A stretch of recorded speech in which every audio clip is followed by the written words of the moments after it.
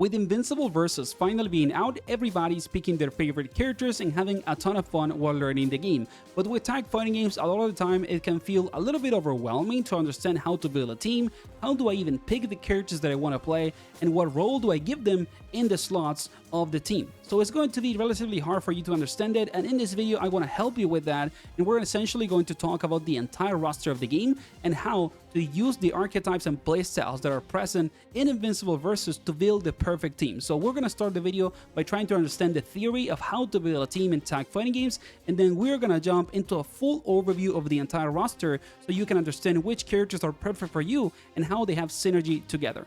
Let's get into it. Okay, so let's kick off this guide by discussing the basic concepts of team building and tag fighting games. Most of the time in a game like this, you are going to refer to your team depending on the position that they have when you build it, and we tend to call them point, mid, and anchor characters. The point character is the first one, the character that you choose to start the fight and control right away, and should ideally be kind of like the character that you know how to play the best, so that you have the highest chance of controlling the overall pace of the match and win as fast as possible. On top of that, it is arguably the most flexible role in the entire kind of like team building concept of a tag fighting game, because the point character has all of their teammates and their assists to back them up. So you can kind of like force the game plan of the point character even if you don't know how to do it, because of the access to the assists on your team. So your point character can be literally anybody that you want, as long as you essentially like them and you understand how to play them relatively well, so you can control, like I said before, the pace of the match and get on with your offense as soon as possible, thank you to the assists on your team. And then also, as a key tip for point characters, but more advanced, you don't need to follow this all of the time. When people play tag fighting games, a lot of the time they try to choose a point character that builds a lot of super meter. The reason for that is that if you lose the first character, your anchor and mid picks actually have a decent chance of making a comeback, because they have access to a lot of resources to do high damage combos and kind of like get an opportunity to not lose the fight only because you're not playing the point character anymore. So it is really important to understand it, even though it is not as relevant when it comes to the basic layer of building a team. It is going to be relevant later when you get better at the game. Then we move into the role of the mid pick in your team, and essentially this character, I would say, tends to have more of a hybrid role. It actually is a character that is a little bit more independent, so that they don't need kind of like a lot of assists to run their game plan, and on top of that, they tend to have a really good assist because they help the point character to kind of like execute their offense and force it. You don't need to always follow that, you know, like 100%, but it is going to be probably a good idea to have a mid character that at least has a decent assist to support your first pick, and on top of that, that it doesn't need that much help when you actually have to play them after you lose your point character. Then, as an extra thing as well, if the character is really good at using low amounts of meter to do a lot of damage, it is kind of like a good thing, since you only have that character and the anchor to make a comeback, and if you're doing a lot of damage with the minimal amount of possible resources, you're kind of like maximizing the opportunity to make a comeback. And now we get into the last pick in your team, which is the anchor, and the anchor character tends to be defined by comeback potential. A lot of the time in tag fighting is people use an anchor because it is a way to kind of like make a 1v3 comeback, either because the character is very independent, it doesn't need any help from assists to control the pace of the match, and they're kind of like a jack of all trades character, or they're essentially a one-touch character. If they have the right meter and the right combo starter, they just kill all the entire enemy team and you get an opportunity to make a huge comeback. It's going to be important to kind of understand that the anchor character a lot of the time is going to have that comeback role, but also some people use the anchor pick to maximize the opportunity to win the match with the point character and just have two really good assists, and they kind of like accept that if they lose the point character,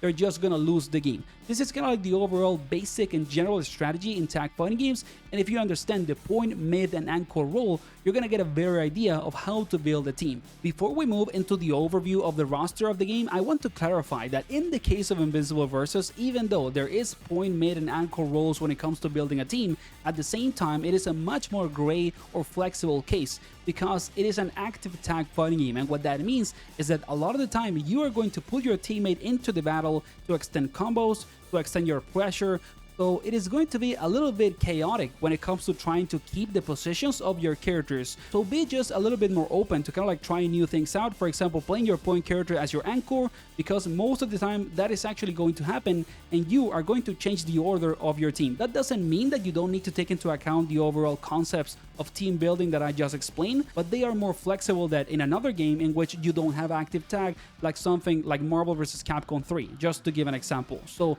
they are there, but it is not set on stone. Just be a little open-minded about it. Hey, just in case that this video until now has been helpful or useful for you, please consider giving it a like and subscribing to support the channel, especially if you like content around fighting games or you want to see more videos for Invincible versus. Thank you for the support, and let's continue. Okay, so let's now talk about the entire roster of the game and the overview of all the playstyles and characters that you can pick up for your team. The first archetype that we're going to cover is going to be what I will call the well-rounded archetype.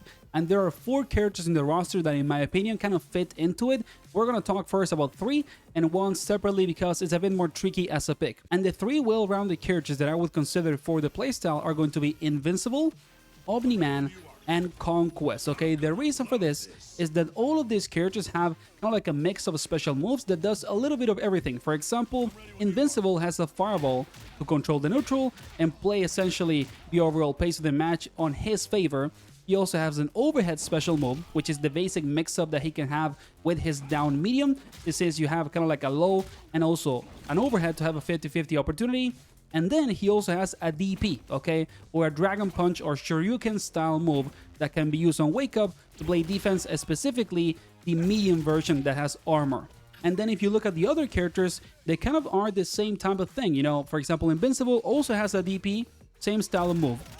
Then he also has kind of like an overhead mix-up attack, which is this one, really hard to react to, and it gives you a full combo on hit. So it is really, really strong. And he also has this slide, which is his down M, or kind of like the overhead low mix-up constantly threatening you. And then he has this move to play neutral. Even though it is not a fireball, it is essentially designed also as a way to control the neutral, but with neutral skipping, instead of controlling like, you know, Omni-Man and Conquest that have a fireball. Then if you look at the case of Conquest, he's kind of like the mix of both Omni-Man and Invincible, because he has this move, which is a neutral skip, similar to the one that Invincible has, and it is like a full screen neutral skip that when he gets to the end, it gets armor and everything, really, really strong. Then he also has this fireball, which is similar to the one Omni-Man has, so it is kind of like a mix of both playstyles or both styles of well-rounded character. And then he also has a DP.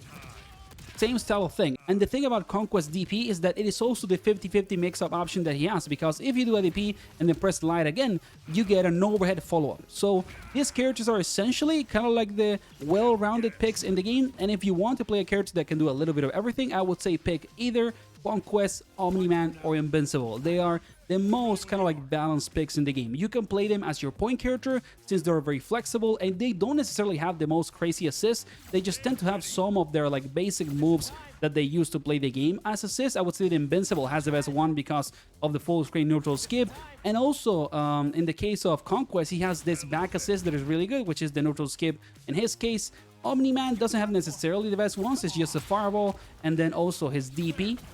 So these characters don't necessarily shine because of their assists, but they're not also bad. It's like middle of the ground when it comes to how strong their assist options are. And then on top of that, since they are kind of like well-rounded, you can pick them as your point character, help them with the assist, and run a very balanced and kind of like basic game plan to just win the pace of the match right away with all your tools. The other thing that I would say is that you can pick them as your anchor, because since they have a lot of different tools to play the game, they don't need that many assists if you don't want to use them. And they have a relatively more balanced playstyle to play solo. So that is kind of like the overall strategy that I would apply to these picks in particular and the well-rounded archetype, either point or anchor character. In reality, you can pick them in whatever position you want if you want to play them, but of course they kind of shine when you use their overall super like balanced kit to play the game with assists and kind of like get the offense going as fast as you can, because it's going to be easy to either control the neutral with a character like this, you know, fireballs and stuff like that, fireball and 2 assists, and then you get in, or it is going to be easy to, for example, do any of the 2 options and get in, call an assist, and run your offense. So it's kind of like the most balanced way to play the game. And the character that I wanted to cover in the well-rounded archetype separately is going to be Powerplex. The reason for this is that even though this character is extremely complete, like he has a fireball, he has a neutral skip, a little bit worse of course than the one Invincible has, but it is still there. He also has a DP, and he even has a dive kick.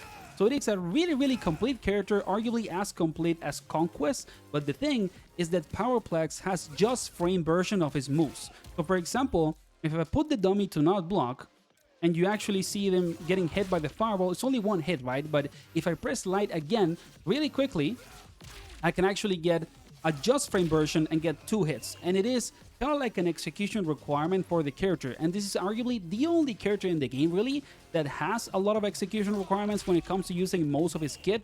So that's the only reason why I kind of like, you know, treat him as a separate pick. Because if you're new to fighting games, for example, I wouldn't recommend you to pay Powerplex at the start. Of course, you can still run his playstyle without the just frame version of the moves, but it is kind of like a nerf, you know, from the overall potential of the character. So I would just say, if you like Powerplex, pick him up. Don't get discouraged by what I'm saying because of the execution requirements in the just frame versions of the moves.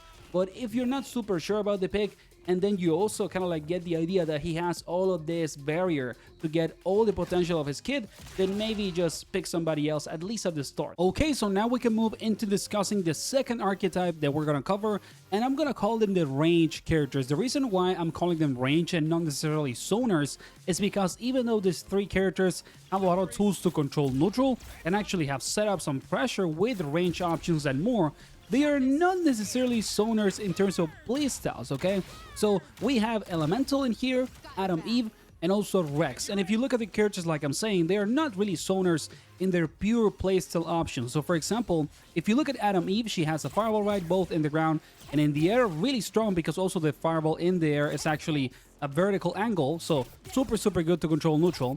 But then on top of that, she also has this move, which is kind of like a mid-range check and also a combo fodder move, right? It's not necessarily a real zoning tool. You just use it to actually confirm combos and then create opportunities also in the mid-range to maybe get more damage, and that's kind of it. Then on top of that, she also has a flight. And this is not necessarily a tool that a traditional zoner would have, because having a flight means a specific movement options and also unique ways to open people up on defense. So I would say that she's more of like a Shoto character, you know, kind of like a well-rounded archetype, but that is more centered on mix-up opportunities and also mid-range interactions, right? Then you have a character like Rex. In the case of Rex, he also actually has really good zoning tools because he has this fireball, and if you do the EX version, it's actually a full kind of like set play setup, right, that you can do on Oki or after any sort of interaction that gives you time to put it on.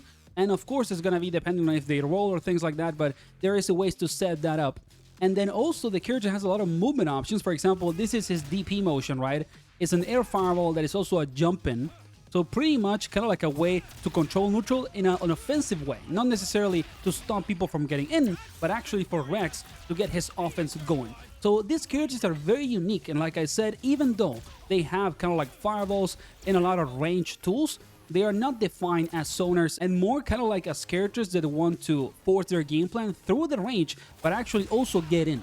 And then finally, in the case of Elemental, she's kind of like the more well-rounded of the three. She has a regular fireball that is kind of like a Shoto style or well-rounded character fireball, like the case of, you know, Omni-Man and Conquest. But she also has this. This is her DP motion, and it's kind of like a setup. It's an extra fireball that has multiple hits. So you can use this, you know, to play neutral, then you get in behind the fireball and things like that. Or also after a knockdown, you throw the fireball and just you essentially kind of like cover yourself when you're trying to execute your Oki. So these are the three characters that I would kind of like consider as range. And like I said, not zoners, not necessarily a pure kind of like long range distant character, but more like a setup slash mid-range slash mix-up character that tries to have a relatively more diverse playstyle. And then when it comes to how to use these characters on your team building strategy, I would say that they are really good mid and anchor characters because they have really good assists. Okay, look at this. This assist from Rex, mad good. The back assist, also a setup with projectiles, super strong. In the case of Elemental, she has that, which is kind of like a shield that actually stops, you know, opponents' attacks. And then she also has the extra double hit fireball, kind of like as a setup or to control the neutral and then use it to get in. So they are really good, kind of like as a usage for the assist and to essentially control the overall pace of the match with them as your assist or your point character. Now let's move into the third archetype on the video, which is going to be the more pure zoner characters in the game. It's only two picks, which are Robot and Cecil, but they are arguably really strong if you use them well. For example, Cecil is pretty much your resident zoner, like he's the most traditional zoner in the game. He has almost only projectile style moves, and they have a lot of range, and they control the neutral of the game super well. And at the same time, he has some of the best assists in the game, which are also just a ton of projectiles. So Cecil is pretty much kind of like the most traditional sonar pick that you're gonna find within the game. And then the other character in the sonar category is going to be Robot. He's also very projectile heavy. He has these rockets that are really good, more on the slower side when you compare it to Cecil's projectiles, but it's because they actually also work like setups if you use it as an assist. Really strong because you can throw the rockets and then have a free opportunity to kind of like get in neutral. So Robot has arguably some of the best assists in the game. It actually reminds me of hitting missiles from Doctor Doom in Ultimate Marvel vs. Capcom 3, which is one of the best assists in the history of tag fighting games. So Robot is probably gonna be a character that people are gonna pick up a ton if they want to play kind of like a setup playstyle with their point character. They're just gonna put Robot in the middle or as the anchor and just abuse the kind of like missile projectiles. Is going to be really good. Then on top of that, Robot also has this kind of like mid-screen X-ray. I don't know how to call it, but it doesn't have that much range. When you actually enhance it, it is a full screen projectile, and you can confirm it into his projectile super, and in this game you can get full combos of interactions like this, right? And do stuff like that. So it's really strong. And if you want to play a more pure sonar character, I would recommend you to either pick up Cecil or Robot. They are the more super sonar centered characters, and even with that in mind, they still have some tools that are not like super sonar oriented. Specifically Robot, for example, has a DP or an invincible reversal that is really strong. Of course, it's only invincible or kind of like an actual defensive tool if you use the enhanced version. And then he also has a dive kick, which is really good. Like actually you can get full combos from the dive kick. So pretty cool. And that's gonna be kind of like the overview of the sonar archetypes in this game. There's not that many pure sonars, but these two are the closest thing to that. Let's now move to the fourth archetype in the video, which are essentially what we could call the Rushdown or mix-up characters in the game. These picks are more centered on opening people up on defense, and they don't really have the best tools to play neutral. It depends on the pick, but for example, someone like Bulletproof, that is a more kind of like pure mix-up character. He just shines because of his 50-50 options from his Rekka, and also because he has kind of like the Trunks flip from Dragon Ball Fighters. So he essentially has a way to open you up with this flip over and over, right? He can cross you up and do stuff like that. He can also do, for example, the kind of like enhanced version to do a free cross up. So it is mostly characters that are gonna shine because they're gonna open people up on defense. Now, some of the picks do have better neutral tools. For example, someone like Anissa or Anissa, I don't know how you say it. She has this kind of like neutral skip similar to what Invincible does. So she's not like a pure mix-up character. She also has this stance. It has a dodge, but also some checks with buttons. So it is kind of like a more Rushdown that actually mix up, right? With a little bit of well-rounded tools because of the neutral skip. But she also has relatively decent mix-up, so it's going to be kind of like your choice to choose if you want to pick one of these characters, if you like the more mix-up heavy ones or the more Rushdown style. Duplikate, for example, also has a couple of moves that you can use to kind of like play neutral in the mid-range, but they're not going to be real neutral control tools. If you use the enhanced versions, they kind of transform into mix-ups, right? So it truly depends on what you like. If you want to pick a more kind of like close quarters character, you have these three picks. The other thing about them is that they don't necessarily have the best assist. For example, Anissa has that kind of like neutral skip. Anissa, sorry, I don't know how to say it.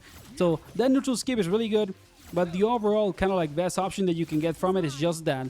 Then if you actually, for example, use Duplikate as your assist, it's just kind of like that shoulder attack, and the back assist is just the Rekka. So it's not like these characters shine because of the way in which they can support your team or because they're going to help you to play neutral. They literally just want to get in and open people up. And I would say that most of the time, if you want to play characters like this, I would pick them as your point character, because if they shine when they open people up, then you should maybe use some resources in your team to actually help them to get in. That would be kind of like my overview of the overall Rushdown or mix-up heavy characters. Then the last character that I would consider maybe for this archetype of like Rushdown / mix-up heavy character is gonna be Thula or Thula. I don't know how you say her name, but she's more of a range, kind of like mid-range Rushdown character because she has really good special moves to check in the mid-range.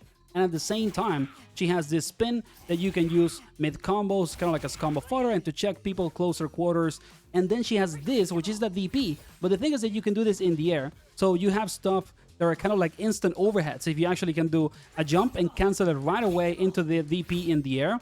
So she, I would say, is kind of like a Rushdown mix-up character, but that has a little bit more kind of like neutral control in the mid-range because all the normals and buttons have a bit more range. But I wouldn't consider her like a pure range character like the ones that I talked about earlier, because she doesn't really control neutral. She doesn't have a way to truly control the neutral in the long range. It is mostly over here, right, when you're already kind of a little bit in, and there's nothing wrong with that, but I just wouldn't consider her a pure range character, more of like a range mix-up or range rushdown pick. The next archetype we need to cover is going to be what we could call the brawlers of the game, and these characters are essentially defined by the fact that they have a lot of armor in their moves, and they're kind of like more beefy characters in terms of playstyle. For example, they don't tend to have any sort of fireball or neutral control tool, and they also can have worse movement than some of the other characters. For example, somebody like Battle Beast cannot air dash in this game in particular.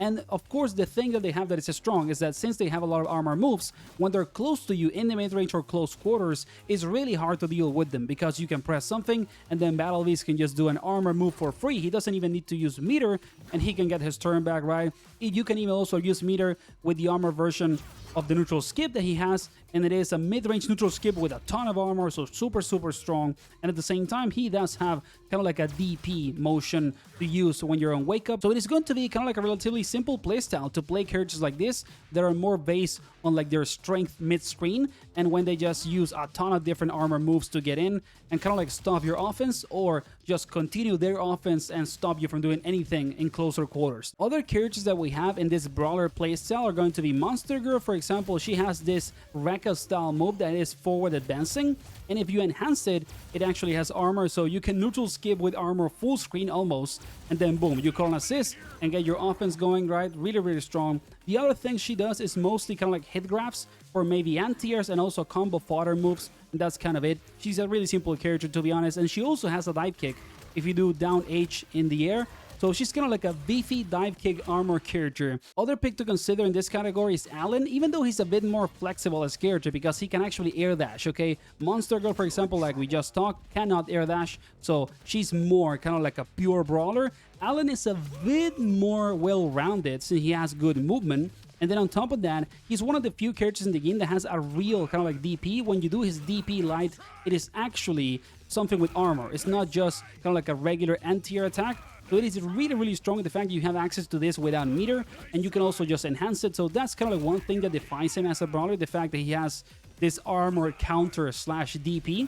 The other attacks he has are just kind of like a Rekkas, you know, stuff to do either combos or pressure, and that will be kind of it. So those are going to be the more brawler style characters that you can pick up. Something that is really interesting about this archetype in particular is that they kind of struggle in neutral depending on how you use their kit, but they have really good assists up close, okay? They have good checks up close, or also some of the best kind of like defensive style assists when it comes to close range interactions. So it is going to be relatively interesting the way in which you can build a team with this more brawler style characters, because you have a more kind of like close quarters oriented team. So don't be afraid to maybe give these picks a try if you like to play mostly up close and not necessarily force too many interactions in the long range kind of like screen position. You can just get in very slowly, and when you have the opportunity, you start to use your crazy good up close assists and try to open people up with mix-up and also with all the armor moves to stop them from actually kind of like interrupting your offense or them as starting their own turn.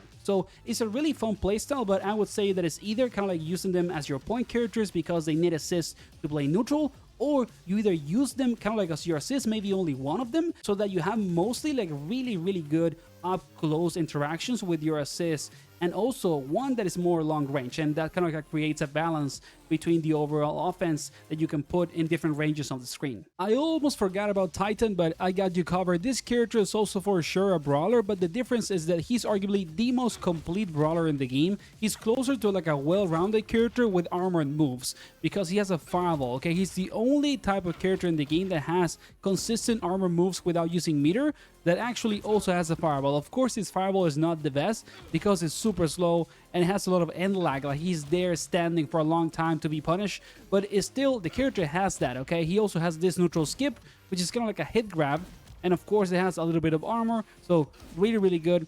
And then he also has this mix-up, which is an overhead, and it comes from his DP motion, and it's also with a little bit of armor. So this character is very interesting because he has a fireball, right?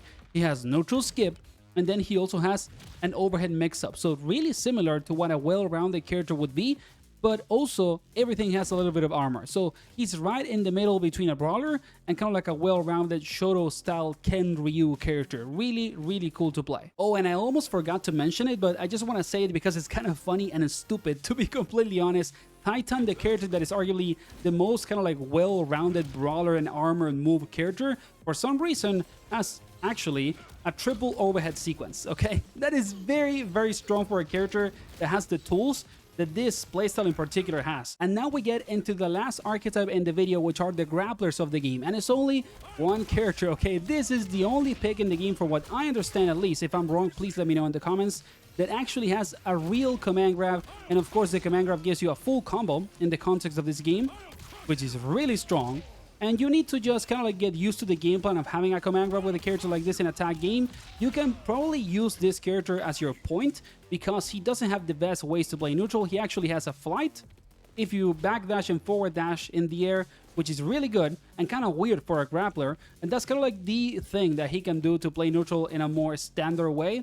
But the other tools are mostly for combo fodder interactions or the command grab up close. The only thing he has to play neutral outside of this flight after you air dash or backdash in the air is actually this, okay? It's a really, really short neutral skip, really bad in terms of range. Like, it's not good at all. So this character is one that I would really, really recommend you to only pick if you want to play him as your point character, so you can actually help him with a couple of assists to get in, and then you run the offense or whatever, right? I think that is going to be the only kind of like more stable way to play this character and not just get sewn out constantly during the game. The other thing about Lucan is that he doesn't have necessarily the best assists in the game, even though they're really strong for combo interactions and up close, because they cause a crumple, for example, right? So you can get full combos from interacting with the assist of the character. It doesn't have the best range in the world. So it is similar to the other brawler picks, in which maybe you want one of them in your team to actually have a really strong up close assist, or to use them as your point, and then the back assist is just a neutral skip,